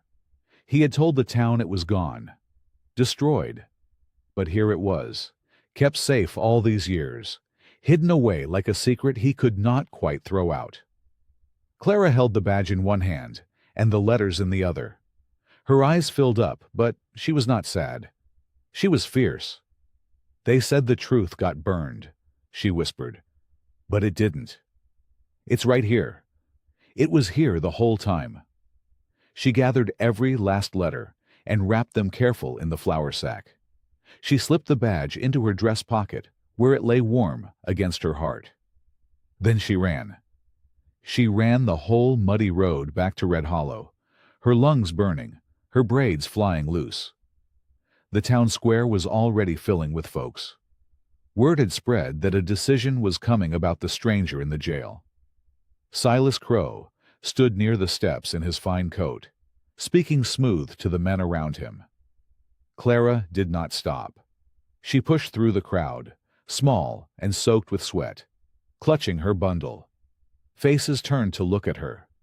She climbed up onto the wooden porch of the general store so everyone could see, and she held the letters high above her head. "Stop!" she cried out, and her voice rang clear across the square. "You all think you know him, but you don't. You don't know anything." The crowd went quiet. Even Silas turned. Clara's hands shook, but she did not lower them. "These are letters," she said, "from people he saved. Real people, from before when he wore the badge. He didn't run because he was bad. He helped folks. He helped everybody who nobody else would help." She untied the string and let the letters spill down onto the porch, 100 voices from the past scattering in the morning light. "Read them," Clara said. "Read every single one. You burned the papers about the land. But you can't burn this. You can't burn who he is." She reached into her pocket and pulled out the badge. It flashed bright in the sun. A gasp moved through the crowd like wind through tall grass. "He kept it," Clara said, her voice breaking now, tears running down her dusty cheeks. "All this time. Because deep down, he still believed. He still believed in doing what's right. So don't you dare say the truth is gone. It's standing right here in front of you." And nobody in that square said a word. The letters lay scattered on the porch of the general store like fallen leaves. For a long moment, nobody moved to touch them. Then, old Widow Harmon shuffled forward, her cane tapping soft against the wood. She bent down slow, her knees popping, and lifted one from the pile. She read it once. Then she read it again. Her hand went to her mouth. "This is my sister's writing," she whispered. "Her boy. Elias Vane brought him home when everybody swore he was a thief. I'd forgot. Lord help me, I'd let myself forget." Margaret climbed up onto the porch beside her daughter. She had come running when word reached her, her shawl slipping from her shoulders, and now she stood tall in front of the town that had tied her to a tree only days before. She picked up a handful of the letters and held them out to the crowd. "Take them," she said. Her voice was quiet, but it carried. "Read them for yourselves. My Clara found these hidden away in his own house. He never showed a soul. He never bragged. That's not a man who runs from doing right. That's a man who carried it alone." Hands reached out now. One by one, folks came forward and took the letters. The square filled with the soft rustle of paper and the murmur of voices reading names they knew. Names of neighbors, names of the dead. A farmer named Josiah Pratt stepped out from the crowd. He was a big man with a sunburned neck, and he twisted his hat in his hands like he was ashamed of it. "I got something to say," he said. His voice shook. "Silas Crow took 40 acres off my daddy. Said the deed weren't good. Said we owed him. We lost it all, and I never spoke up because I was scared he'd take the rest. He looked around at his neighbors. I'm done being scared. He took my land. He's a thief, plain as day. A woman near the well spoke next. He run us off our place too. Middle of winter. Said the papers were his. She wiped her eyes with the back of her hand. I stayed quiet. God forgive me, I stayed quiet. Then another voice, and another. Like a dam breaking, the stories came pouring out. A widow whose barn burned the night after she refused to sell. A young couple pushed off good bottom land. An old man who'd lost his brother to a hanging that never should have happened. Every voice added to the weight, and the weight pressed down on the fine coat of Silas Crow. Silas raised his hands, smiling that smooth smile. Now, folks, he called out, you're letting a child stir you up. These are old wounds. Lies dressed up pretty. But nobody was listening to him anymore. Tom Bell, the old town clerk, pushed his way to the front. He had said nothing for years. He had watched and stayed silent and let the guilt eat him hollow. Now his old hands trembled as he pointed a bony finger at Silas. I kept the books, Tom said. His voice cracked, but he did not stop. I saw the deeds change. I saw the names crossed out and new ones wrote in. I knew. God help me. I knew all along, and I let fear tie my tongue. He turned to the crowd, tears shining in his tired eyes. That man in the jail is the only one who ever tried to stop it, and we thanked him by locking him up. The square went still. Then something shifted. You could feel it move through the people like warmth spreading through cold fingers. Heads lifted, shoulders squared. The fear that had sat on this town for 15 years began to loosen its grip. Josiah Pratt was the first to say it out loud. Let him go, he called. Let Elias Vane out of that cell. Widow Harmon lifted her cane. Let him out! And then the whole square took up the cry, voices joining together, louder and louder. Folks who had trembled before Silas Crow now standing shoulder to shoulder and demanding what was right. Let him out! Let him out! Let him out! Clara stood on the porch with the badge held tight against her chest, watching a whole town finally find its courage. The jailhouse door swung open, and Elias Vane stepped out into the morning light. He blinked against the sun. He had spent the night in that dark cell believing the past had swallowed him whole again. But now the whole town stood before him, and their faces were not angry. They were open. They were waiting. Clara broke from the crowd and ran to him. She threw her arms around his waist and held on tight. He felt her small shoulders shaking, and he rested one big hand on her hair. I found the letters, she said into his shirt. I told them who you are. Elias closed his eyes. For a long moment he could not speak. He only held her, this brave little girl who had ridden through a storm, to save her mother, and had somehow saved him too. You did good, Clara, he whispered. You did real good. He looked up at the crowd. He saw Josiah Pratt with his crumpled hat. He saw Widow Harmon leaning on her cane. He saw Tom Bell standing straighter than he had in years. And he saw Margaret Whitmore, her chin lifted, her eyes shining with something that looked a lot like trust. Elias let go of Clara and stepped forward. I know what you all want, he said. His voice was rough from the long night, but it carried across the square. You want to make Silas Crow pay. Some of you want to drag him out in the street. Some of you want to string him up on that same tree where he tied Margaret. A murmur ran through the crowd. A few men nodded. Elias shook his head slow. I've seen what happens when folks let anger do their thinking, he said.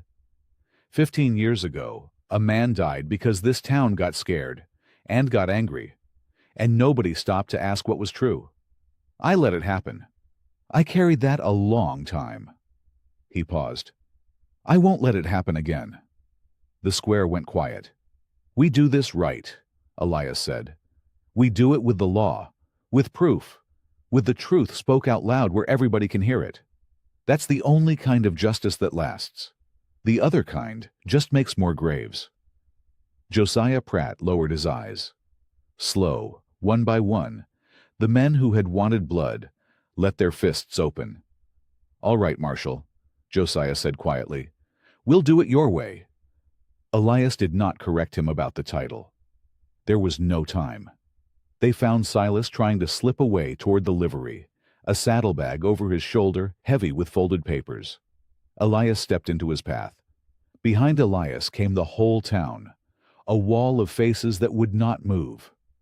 Silas stopped. That smooth smile crawled back onto his mouth. "Vane," he said, "you always did think you were better than the rest of us." "No," Elias said. "I just stopped running from what I knew was right." He turned to the crowd. He held up the first deed, its edges yellow with age. "This is Josiah Pratt's land," Elias called out. 40 acres. The name's been scratched out and Silas Crows wrote in over it. Tom Bell kept the record. He'll swear to it. "I will," Tom said, "before God and everybody." Elias held up another. This one belonged to the Hendersons.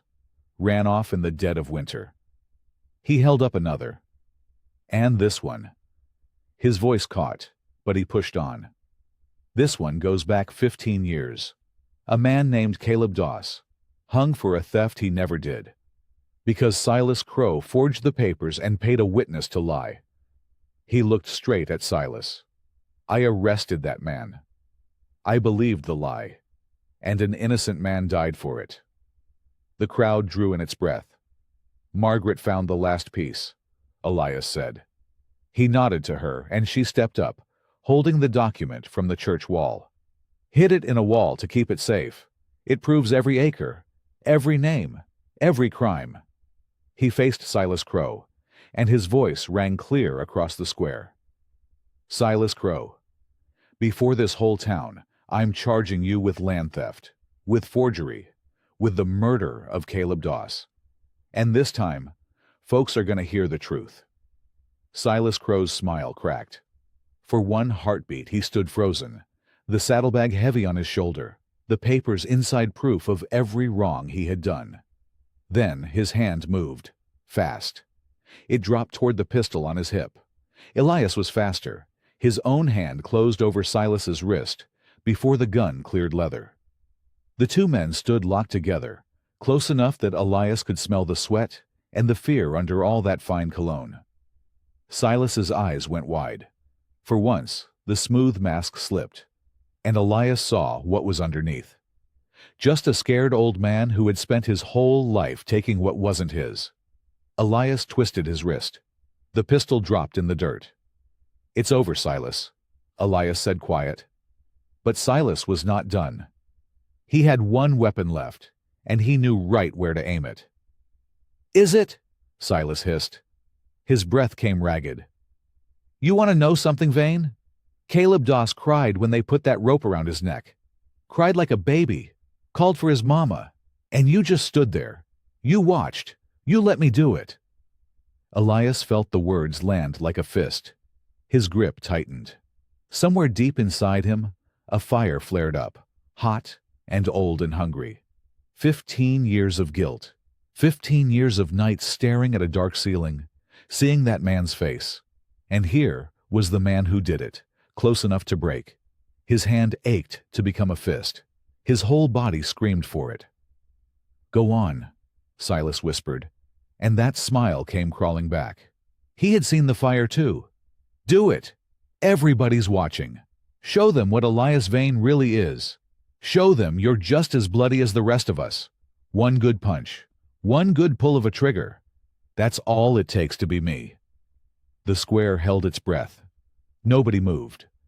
Elias could feel the whole town watching, waiting to see which way he would fall.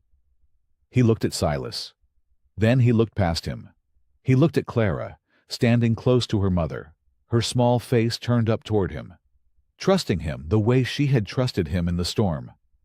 He looked at Margaret, the document steady in her hands. He looked at Tom Bell standing tall, at Josiah with his crumpled hat, at all the faces that had finally found the courage to believe. And something in Elias let go. The fire did not disappear. It just stopped owning him. "No," Elias said. His voice was soft, but it carried. "You'd like that, wouldn't you? You want me to be you, because then everything you did wasn't a sin. It was just how the world works." He shook his head slow. "But the world don't have to work that way. And I don't have to be you." He loosened his grip. He did not throw Silas down. He did not raise a hand. He simply let go of the man's wrist and stepped back, breathing hard, his chest rising and falling like he had run a long way. "Caleb Doss deserved better than what I gave him," Elias said. "He deserved a man who asked what was true. I can't give him that now, but I can give it to Margaret. I can give it to Clara. I can give it to every family in this town you tried to bury." He straightened. "That's how I make it right, not with your blood, with the truth." He turned to Josiah Pratt. "Josiah, you were a deputy once, long time ago. Raise your right hand." Josiah blinked. Then, slow, he lifted his hand. "You still remember the oath?" "I remember it," Josiah said, his voice thick. "Then I'm asking you to take Silas Crow into custody. Lawful and proper. We'll send for the circuit judge. He'll stand trial, and every soul here will speak the truth in front of God and the court." Elias looked at Silas one last time. No more ropes at midnight. No more scared crowds. Just the law, done right. Josiah stepped forward. He picked the pistol up out of the dirt and slid it into his own belt. Then he took hold of Silas Crow's arm. Silas jerked, trying one last time to pull free. "You people belong to me," he snarled. "This whole town. You'll starve without me. You'll—" "That's enough," Josiah said. And for the first time in 15 years, nobody in Red Hollow was afraid of Silas Crow. They led him away toward the jailhouse, the same cell where Elias had spent the night. The crowd parted to let them pass, silent, watching the man who had ruled them with fear walk by in the plain light of day. Elias stood in the middle of the square and felt his hands unclench. The fire was cooling now. In its place was something he had not felt in a very long time. Peace. Clara ran to him again and slipped her hand into his. He looked down at her and found he could breathe. The weeks that followed felt like the whole town was waking up from a long, hard sleep. The circuit judge came, just as Elias promised. He set up court in the old church, and one by one the people of Red Hollow stood and spoke the truth. Tom Bell brought his boxes of records, yellowed and dusty, each page a piece of the puzzle Silas had tried so hard to bury. Farmers who had trembled for years found their voices. They told of forged deeds and stolen fences, of nights when Silas's men came riding to remind them who owned the land. The truth came out slow, then all at once, like water breaking through a cracked dam. Silas Crow sat through it all with his fine coat gone, and his smooth words dried up. When the judge finally read the sentence, the old man did not smile. He just stared at the floor, an empty thing, a king with no more kingdom left. And the land came home. That was the part Elias would remember longest. Family after family, walking back onto ground that had been theirs all along. Old Man Harper wept when he touched the gate of the pasture his father had cleared. The Coles moved back into their farmhouse and planted corn where weeds had grown. Every deed Margaret had saved found its rightful hands. Her name was restored too. The judge said it plain, so the whole town could hear. Margaret Whitmore was no thief. She was the one who fought back when nobody else would. Folks who had watched her tied to that oak tree now took off their hats when she passed. Some came to her door with pies and apologies, shame in their eyes. Margaret took the pies. She forgave them all. "Fear makes people small," she told Clara one evening, "but it don't have to keep them that way." Spring came green and soft over the plains, And that was when Elias turned his eyes toward home. His ranch had fallen into a sad state over the years. The fences leaned like tired old men. The barn door hung by one hinge. The porch sagged, and the fields lay quiet and empty where cattle should have grazed.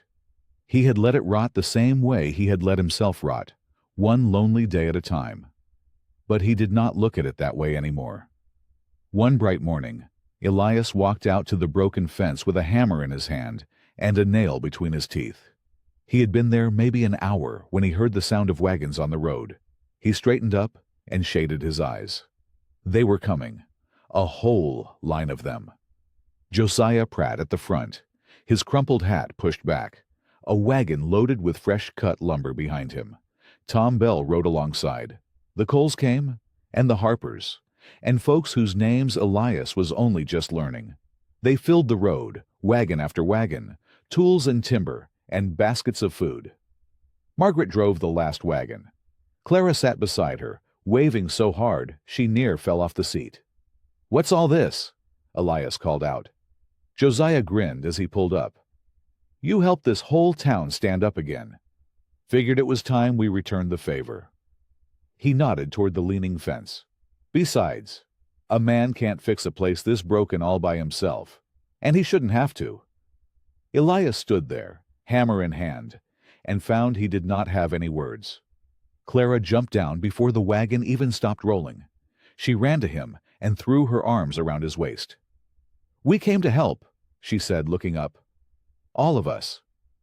He rested a hand on her head. His throat felt tight. "I see that." Margaret climbed down slow, wiping her hands on her apron. She looked around at the sagging barn and the tired fields, and she smiled like she was seeing something else, something that was not there yet, but would be. "It's got good bones, this place," she said. "Just needs some care." And so they got to work. The sound of hammers filled the air, dozens of them, ringing across the plains where for years there had only been silence. Men climbed onto the barn roof. Women hauled water and laid out food on long plank tables. Children chased each other between the wagons, laughing. Clara stayed close to Elias, holding nails, fetching tools, her small face bright as the morning. Elias looked around at all of it. At the neighbors he never thought he'd have. At the girl who had ridden through a storm to find him. At the woman who had refused to give up on him or on anybody else. He drove a nail deep and true into the mended fence. For the first time in 15 years, his ranch did not feel empty. It felt like the beginning of something. By late summer, folks had started calling it something new, the Haven Ranch. Nobody could say exactly when the name took hold. It just seemed to grow up out of the ground, the way the corn did, the way the laughter did. But everyone knew what it meant. It meant a place where nobody got turned away. A place where a tired family could stop their wagon at the gate and know they'd find a meal and a roof and hands willing to help. Elias never planned it that way. It simply happened, one person at a time. The Dawsons came first, a young couple with 2 little ones and a busted wheel, chased off their rented land by a debt they couldn't pay. Elias put them up in the mended bunkhouse and gave the husband work fixing fences.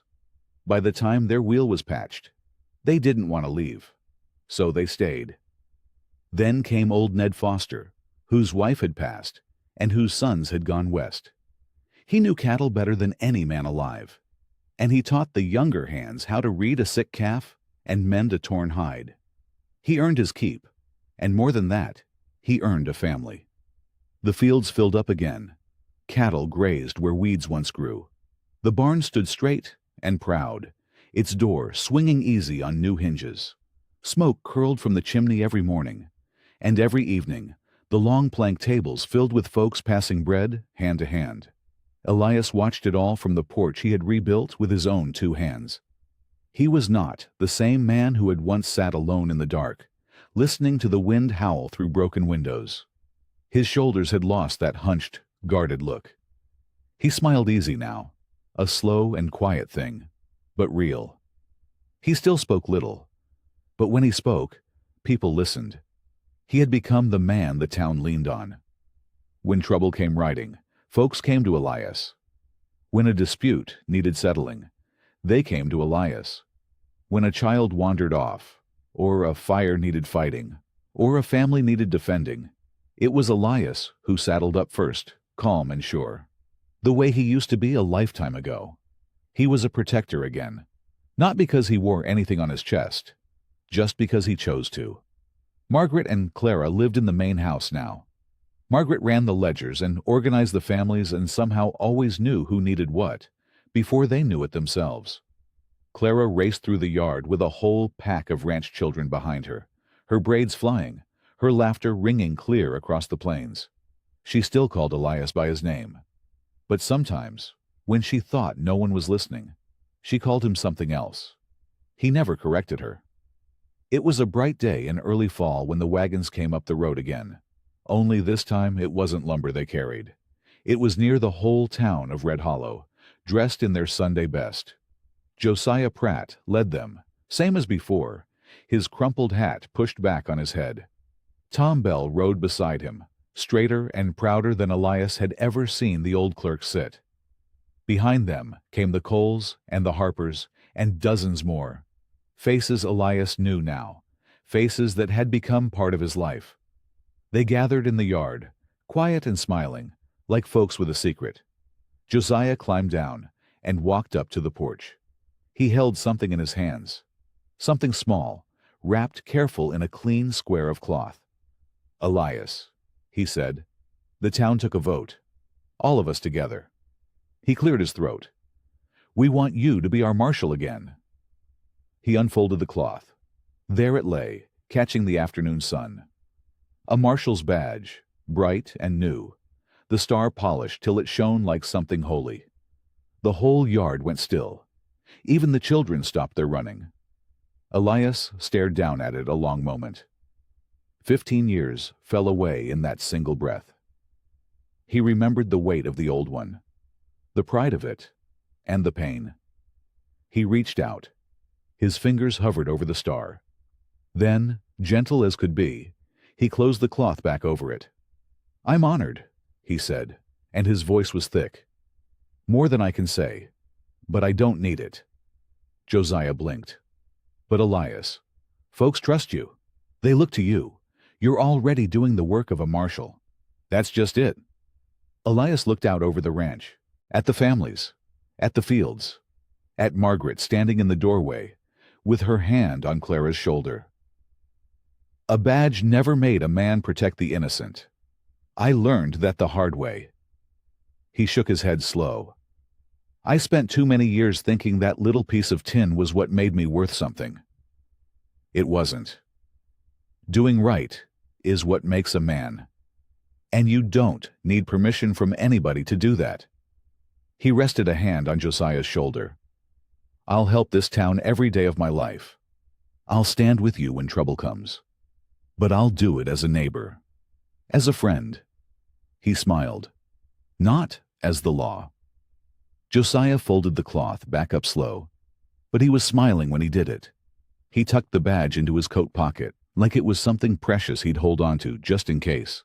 Then he stuck out his hand, and Elias took it, and the two men shook long and firm. "A neighbor, then," Josiah said. "Reckon that's worth more than any badge anyhow." A cheer went up from the crowd. Hats flew into the air. Somebody let out a whoop, and just like that, the stillness broke into something warm and loud and alive. It was a celebration now. Nobody had said the word, but everybody felt it. 1 year. 1 whole year since the storm. The women set out the food they'd carried up the road, dish after dish laid across the long plank tables, fried chicken and fresh bread, and pies still warm from morning ovens. Ned Foster hauled up a whole side of beef and set to roasting it over a pit, the smell of it drifting sweet across the yard. The Dawson children chased the ranch dogs in wide circles until they collapsed in the grass, breathless and laughing. Someone had brought a fiddle. Old Tom Bell, of all people, took it up. Nobody knew he could play. But there, he sat on an overturned crate, his eyes half closed, drawing out a tune so sweet it made the older folks go quiet, and the younger ones start to sway. Elias stood at the edge of it all, watching. He saw faces that once looked away from him, faces that once whispered behind his back, faces that had gathered around that old oak tree a year ago and watched a good woman near hang for a crime she never did. Those same faces now smiled at him, shook his hand, called him friend. The Coles had brought their new baby to show him. The Harpers had planted their first honest crop on land that was finally, truly theirs. Even folks who'd once ridden for Silas Crow stood among them now, hats in hand, working to earn back what they'd lost. Elias had never turned them away. That wasn't what Haven Ranch was for. Margaret came and stood beside him. She had flour on her apron and a tired, happy look about her. "You did this," she said quiet. "We did this." He nodded toward the crowd. "All of us." She looked up at him. "You know, a year ago I was tied to a tree, waiting to die. And Clara was out in the worst storm I ever saw, riding to find a man everybody said had given up." Her voice caught. "I'm glad she found you, Elias." He didn't answer right away. He couldn't. His throat had gone tight. "So am I," he finally said. The sun dropped low and gold across the plains. The fiddle played on. Lanterns were lit one by one along the porch rails, and their soft light spilled out over the dancing and the laughing and the passing of bread from hand to hand. Clara found him then. She came running up with her braids all undone and her cheeks pink from playing. She grabbed his rough hand in both of her small ones and tugged. "Come dance," she said. "Everybody's dancing." He laughed low. "I don't dance, Clara." "You will tonight." She grinned up at him, that fearless grin that had cracked open his whole heart a year ago. Then she went still a moment, thinking, the way she did when a big question was coming. "Elias," she said, "you told Mr. Pratt you're not the marshal, and you're not the law." She tilted her head. "So what are you now?" He looked down at her. Then he looked up, out over all of it. The rebuilt barn, standing straight and proud. The fields green and full. The families gathered close in the lantern light, safe and warm and home. The people he had saved, who had turned right around and saved him back. He was quiet a long moment. Then he smiled, slow and real. "I'm just the man," he said, who finally stopped riding away.